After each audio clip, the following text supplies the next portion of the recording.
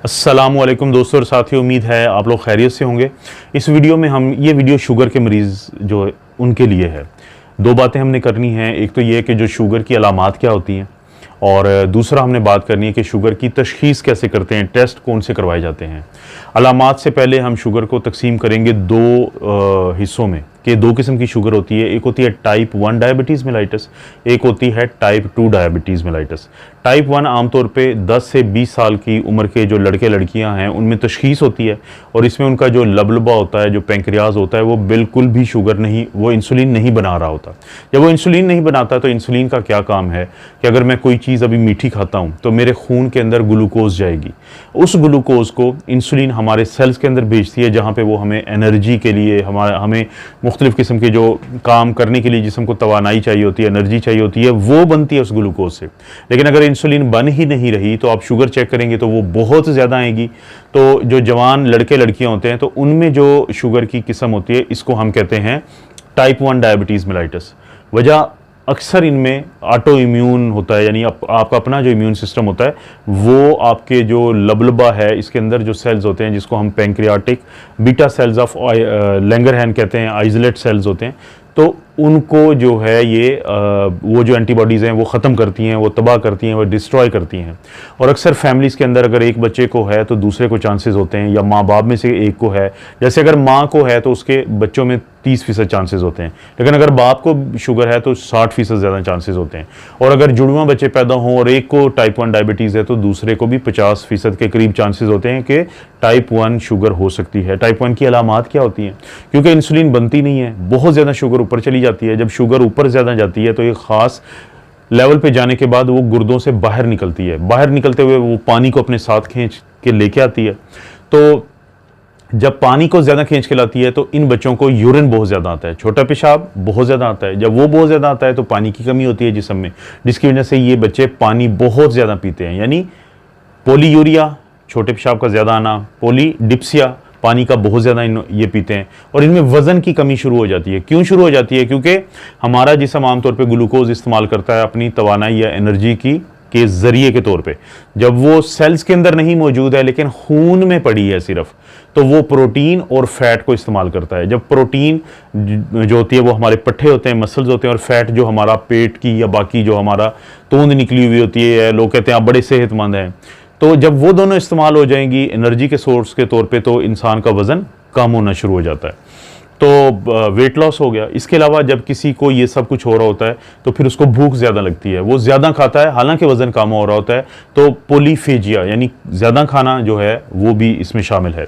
और अगर किसी को कुछ दिनों तक तशख़ीस ही ना हो, शुगर ज़्यादा हो खून के अंदर, लेकिन जिस्म जो है वो फैट और प्रोटीन इस्तेमाल कर रहा हो, तो उसके नतीजे में कीटोन बॉडीज़ बनती हैं जो एनर्जी का सोर्स होती हैं, लेकिन वो एसिड्स होते हैं, वो तेज़ाब होता है।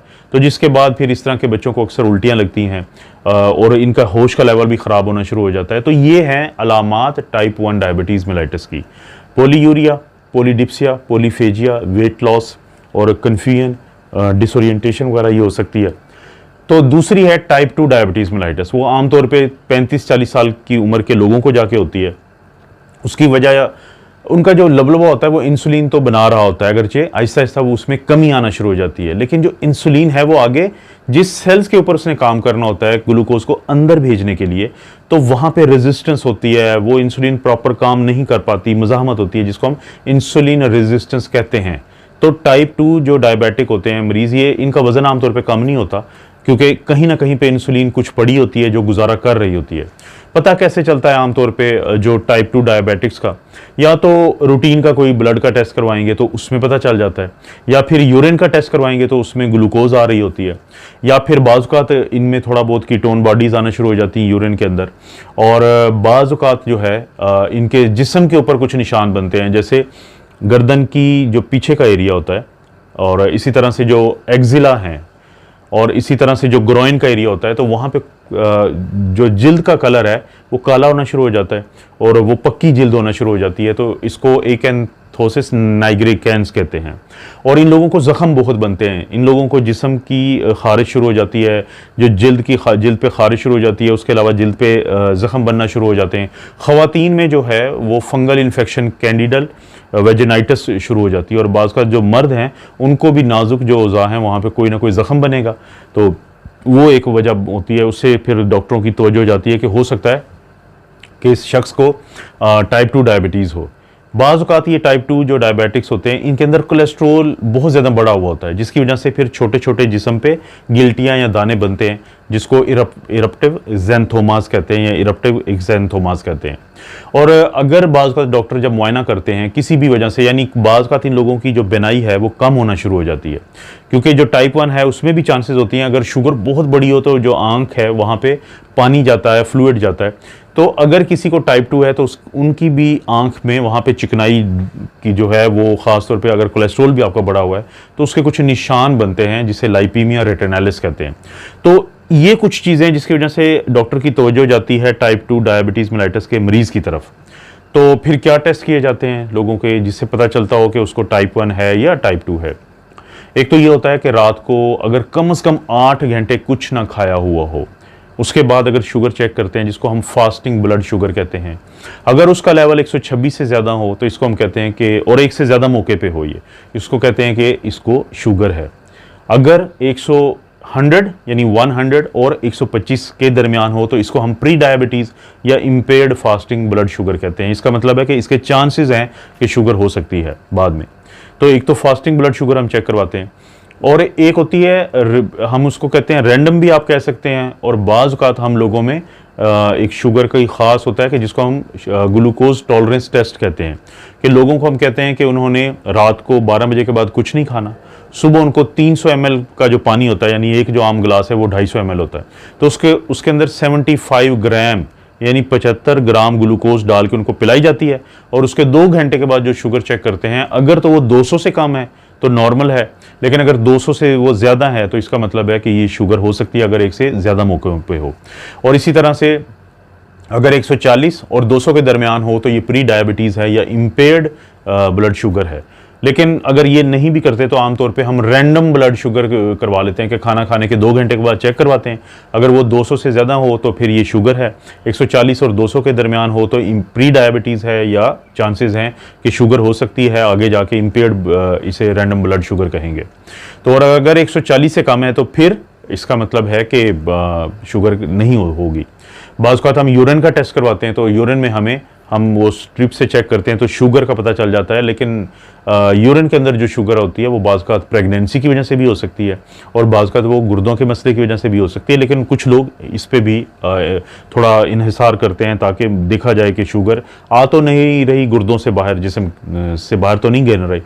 एक जो इंतहाई अहम एक और टेस्ट है वो है HbA1c यानी हीमोग्लोबिन A1c, इसको ग्लाइकेटेड या ग्लाइकोसाइलेटेड हीमोग्लोबिन भी कहते हैं। हीमोग्लोबिन क्या है? जो सुर्ख खुली होते हैं खून के यानी RBC रेड ब्लड सेल, उनके अंदर ये प्रोटीन होती है।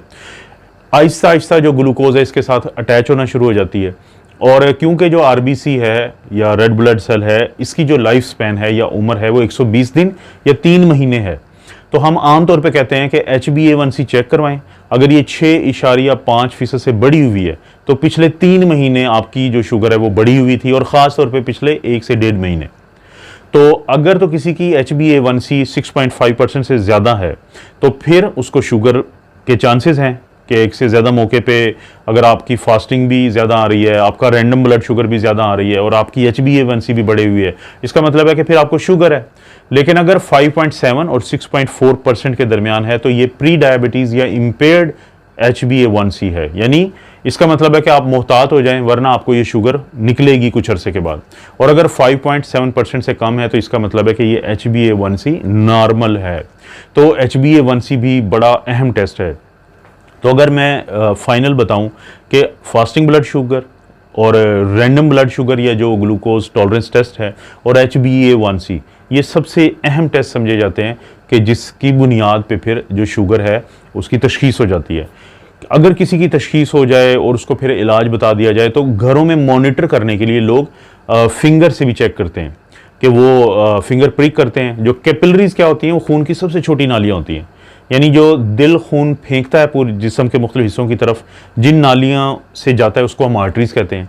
जो नालियाँ खून को दिल की तरफ वापस लेके जाती हैं उसको हम वेन्स कहते हैं। और इन दोनों के दरमियान जो छोटी छोटी बारीक बारीक खून की नालियाँ होती हैं राब्ते के लिए, उनको हम कैपिलरीज कहते हैं। तो फिंगर पे जब हम दबा के उसके बाद यहाँ पे निडल मारते हैं एक छोटी सी, तो जो खून का ड्रॉप निकलता है, तो हमें शुगर चेक करने वाले आले मिलते हैं मार्केट से, बड़े सस्ते हैं, जिसको हम ग्लूकोमीटर कहते हैं।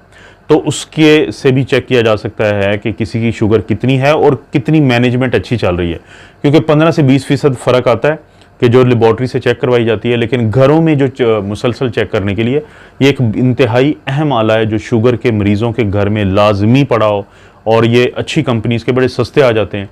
ग्लूकोज की जो स्ट्रिप है सिर्फ वो थोड़ी सी महंगी होती है, लेकिन लोगों को बहुत फ़ायदा है।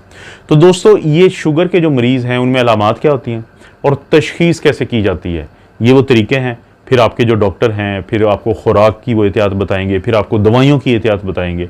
आने वाली वीडियोस में इसका मैं जिक्र करूंगा। आप अपना और अपनी फैमिली का ख्याल रखें। अल्लाह ताला आपको और आपकी फैमिली को हर किस्म की बुराई, बीमारी और आजमाइश से महफूज रखें।